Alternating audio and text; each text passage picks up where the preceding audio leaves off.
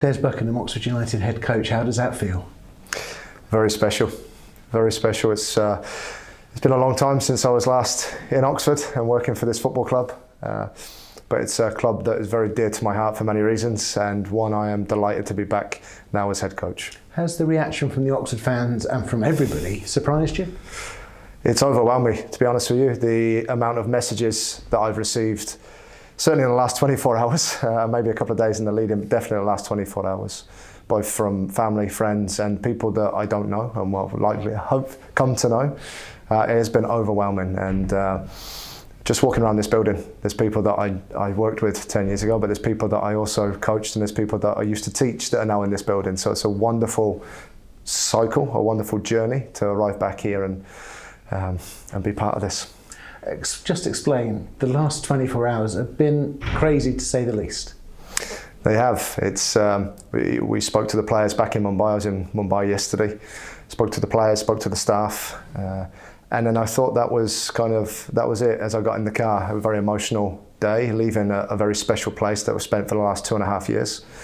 And then I got to the airport and was surprised by a group of 30 or 40 fans at the airport at 1 o'clock in the morning, young and old, that had come to say thank you and see me off. And that caught me massively by surprise and was pretty emotional, to be honest with you, for them to come out and do that and show that.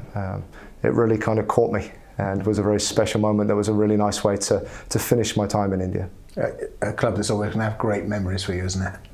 It is. We had two and a bit years of putting something very special together there that involved obviously the club itself, but the players, the staff and the engagement with the fans, and we tried to really build a culture and an environment, and I think we did that. We had some success on the field, of course, but what I was proud of was how we were able to build that environment and build that family, and it was about how we did what we did rather than what we did. Hopefully that happens at Oxford United. You've been here today, you walked around the training ground, you've seen the facilities. What have you found? I found it's a very different place than the one I left, in a very good way.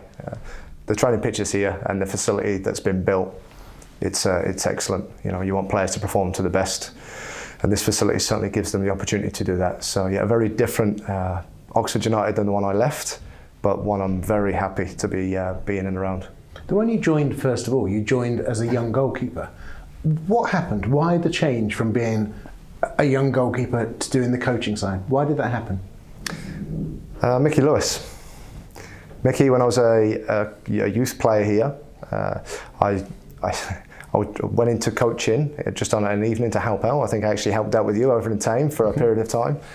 And then Mickey was a youth team coach and part of the first team staff. And when I say Mickey took me under his wing, the way he was able to engage with people, players, the way he made you feel, the way he actually, it wasn't so much what he taught football-wise, but you become a better footballer, but it wasn't all of that. It was the softer skills that he had that made him, for me, such a special person.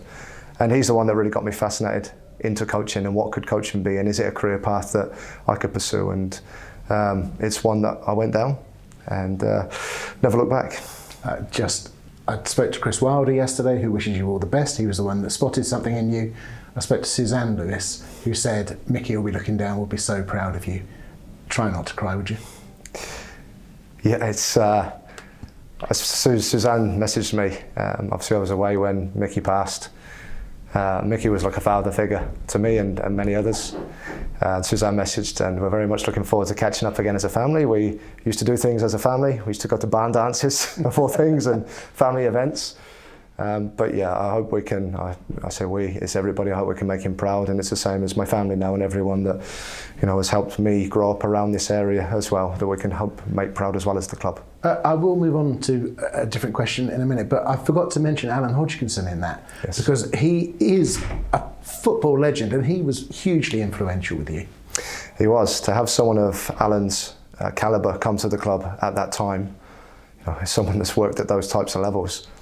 Alan would tell you stories and you could sit there for hours on end and listen to these stories, and he had so many. But as part of his stories, I think there was a lot of teaching that he actually implemented without us even realising. He'd share not just his stories, but he'd share his experiences, and he'd also pass on his advice, not to say this is how to do it, but this is some of the stuff that I've done and some of the stuff that may be useful. And you know, coming from a teaching background certainly, and then combining that with the other skill set of both, you know, Mickey and Chris at the time, was a wonderful group of people to be part of as a young coach, and one that's really influenced the coaching career certainly that I've had so far. We'll move on to the current day Oxford United. We are in a very strong position in the league and in the cups, everything else around the club. Evolution, not revolution? Definitely. I think this is a club that has always been, I grew up here. I've known how big this club is. There's a picture of me, and you're not getting it, when I was 2 years old, 1986 Cup final, where Dad dressed me up in the scarf, the hat. So I know what this club means to the people of Oxford, because I've been, and I am part of the people of Oxford that have supported this. I now get the pleasure to lead them, but I do see it's evolved. As I've talked about the training ground, obviously the stadium's coming on board. And then you look at the way the club is set up now, and set up for success, not just for now, but for the future, and planning for the future, and to come in and be part of that now, very exciting. Shorty and the coaching team are part of that, the current Oxford United. What's the situation with your backroom team? Yeah, so I think Shorty's done a wonderful job. I think the 2 games, certainly they had to take care of in that time. Players obviously responded extremely well, and coming into a new club right now, people like Shorty and all the others that I've had the pleasure of getting around to today, they're so important. It's not about me coming in and bringing a whole new way of working. It's about recognising the good work that is here, the good work and the people that are here, tapping into them and really using them, and finding out what's gone well here, and then me trying to find where I can fit some of my ideas and try and help make it a little bit better. But Shorty's been very good, and Shorty will be part of that staff group. And then the players. The cliche for a manager is to say it's a clean slate for everybody. You knew some of them. You worked with Alex Gorin at Wellington. You've known Sam Long since he was about 8 or something like that, haven't you? Does everybody start from the same position? It is a bit cliche, but yes. But of course, there's those relationships that are already in place. Sam I coached as an 8-year-old boy, come through the Centre of Excellence as it was at the time, and I coached him for 10 years. And I was fortunate to see him through his playing journey and go on to make this first team debut whilst I was sitting on the bench. And then football is a small world. Like I said, Alex Gorin is here, and I coached Alex in Wellington, at Wellington Phoenix for 3 years. So it's wonderful to see those people around the club. But again, there's many more. But in terms of players, of course, it's a clean slate. But there's a lot of games coming.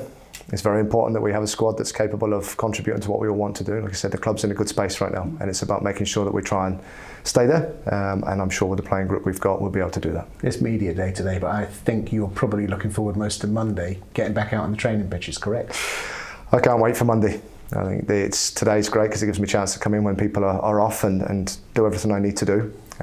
The weekend, of course, to settle and also make plans and catch up with the people I need to in preparation for Monday. But yeah, I can't wait to see this place in full swing on Monday, and as we start to now prepare for what will be a good game away at Cheltenham.